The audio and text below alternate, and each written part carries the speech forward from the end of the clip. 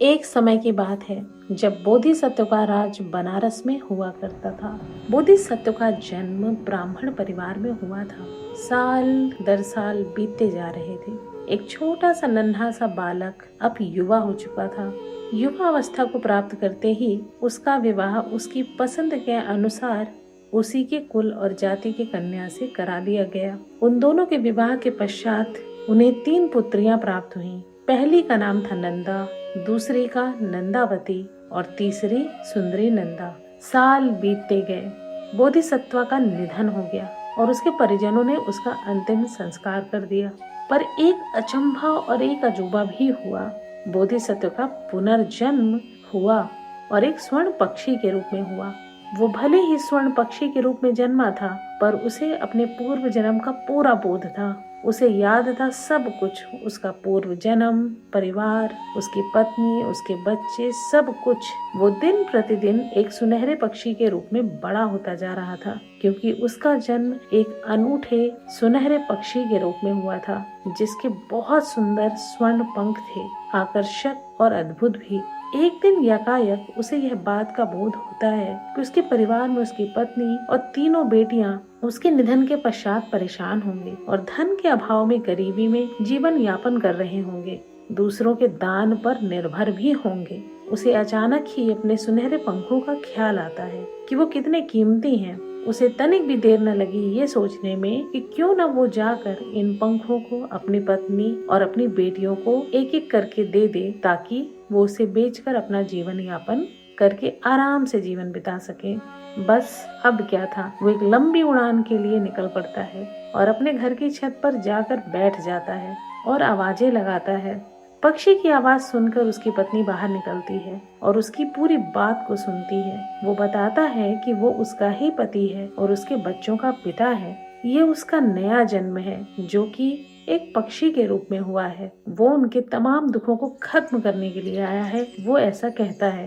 वो कहता है कि आज के बाद से तुम लोग इस गरीबी के जीवन से निजात पा जाओगे।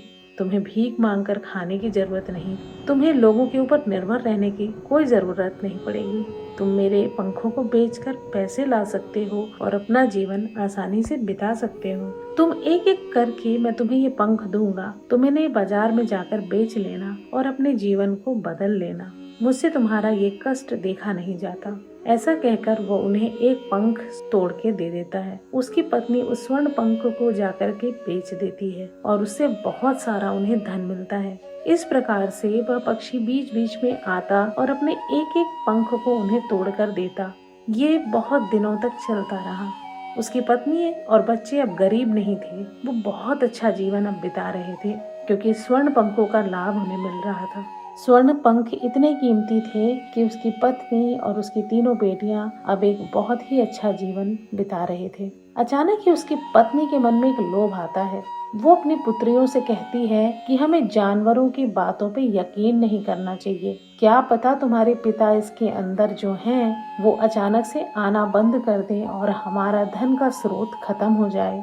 उसकी पत्नी अपने बच्चों से कहती है कि हमें अब इस मौके का फायदा उठाना चाहिए। हमें इस पक्षी के सारे पंख तोड़ करके उन्हें बेच देना चाहिए और उससे जो धन मिलेगा उससे हमारा जीवन बहुत आसानी से बहुत अच्छा जीवन हम बिता पाएंगे। उसकी बेटियां तुरंत बोलती हैं कि नहीं नहीं, हम ऐसा नहीं कर सकते, इससे उन्हें बहुत दर्द होगा, उनके पंखों को नोचने से उन्हें बहुत तकलीफ होगी, हम ऐसा नहीं करेंगे। लेकिन उसकी पत्नी इस बात को जरा भी नहीं सुनती और इंतजार में रहती है कि जब भी वो अगली बार आएगा वो उसे धर दबोचेगी।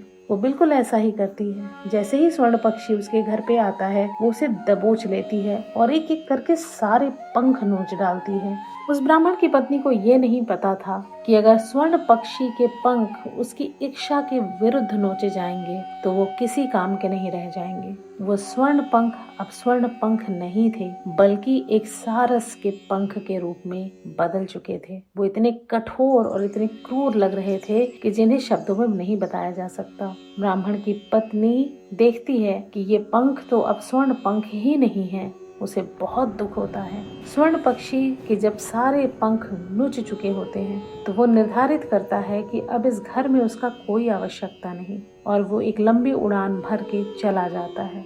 बड़ी मुश्किलों के साथ, क्योंकि उसके पास अब न पंख थे, न स्वर्ण पंख और न ही कोई परिवार। वो बहुत दुखी होता है। इस कहानी से हमें यही शिक्षा मिलती है कि किसी व्यक्ति को इतना प्यार मत करो कि तुम उसे उसके पंख मत फैलाने दो। साथ ही ये भी शिक्षा मिलती है कि लालच का फल हमेशा बुरा ही होता है। इतनी लालच किस काम की जो आपको आपके अपने से ही छीन ले। लालच और लोभ में आया हुआ इंसान अपना भविष्य नहीं देख पाता। इसी प्रकार से उसकी पत्नी भी लालच और लोभ में आकर सब कुछ भूल जाती है। ये भी भूल जाती है कि ये उसके ही पति का पुनर्जन्म है और उसके पंख नोचने के बाद हो सकता है कि उस पक्षी की मृत्यु हो जाए और उसका पति जो उसे दोबारा इस जन्म में मिला है वो भी उसे हमेशा हमेशा के लिए छोड़ के चला जाए। लेकिन लोभ में लिपटा हुआ इंसान कुछ भी नहीं देख पाता।